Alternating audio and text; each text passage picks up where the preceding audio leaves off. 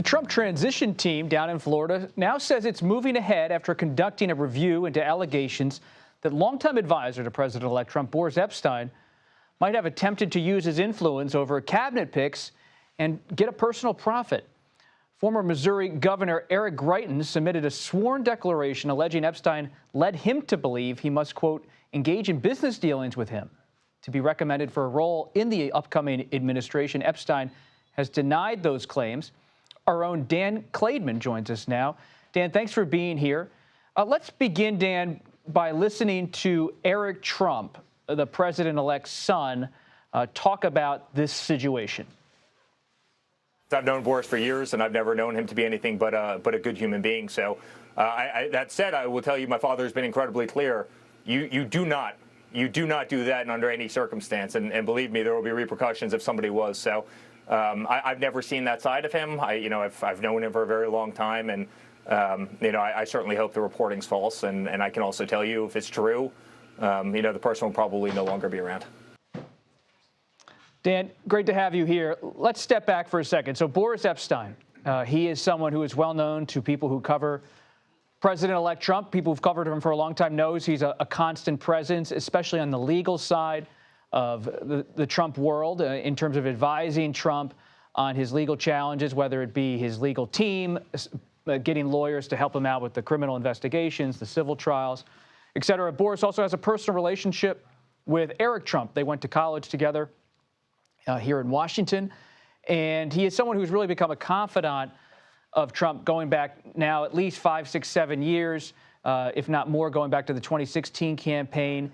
He was working very closely with Rudy Giuliani in 2020 when Trump was contesting the 2020 election. So with all of that backstory, what have you learned in your reporting about what Epshteyn is being accused of by some Trump allies of doing during this transition? Yeah, well, what we learned was that there was a tremendous amount of concern within the Trump transition about Boris Epshteyn doing exactly this and approaching multiple people to solicit financial payment in exchange for helping them get appointments or nominations. We focused on Eric Greitens, as you mentioned in the introduction, because we were able to along with our partner from Just the News, a conservative outlet, obtain a copy of this sworn declaration. I interviewed Greitens. He said that he was quite concerned about the interactions that he had with Epshteyn, that it was clear to him that Epshteyn was seeking financial payment in exchange for securing some kind of a nomination or appointment for Greitens. And Greitens told me that he wanted to bring this to the transition because he wanted to protect the president, because he was concerned about the ethics of all of this. But there were other examples that others have also reported on, including Scott Bessent, who is the nominee for Treasury Secretary, who was also allegedly approached by Boris Epshteyn. They had a confrontation, apparently, somewhere in Mar-a-Lago about this. So word was getting around, and ultimately, Susie Wiles, the co-campaign manager who's working on the transition, brought in a lawyer to investigate and review these claims, and then the story broke.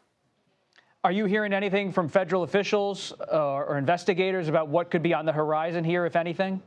We have not heard that there is any federal investigation into this. And I think it's important to note that this review was not a criminal investigation.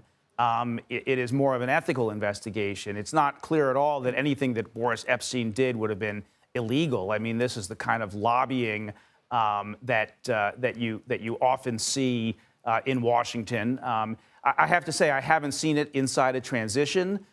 So I think this may rise to another level. The idea of selling appointments or profiting on these kinds of appointments is new, as far as I know, but certainly not criminal.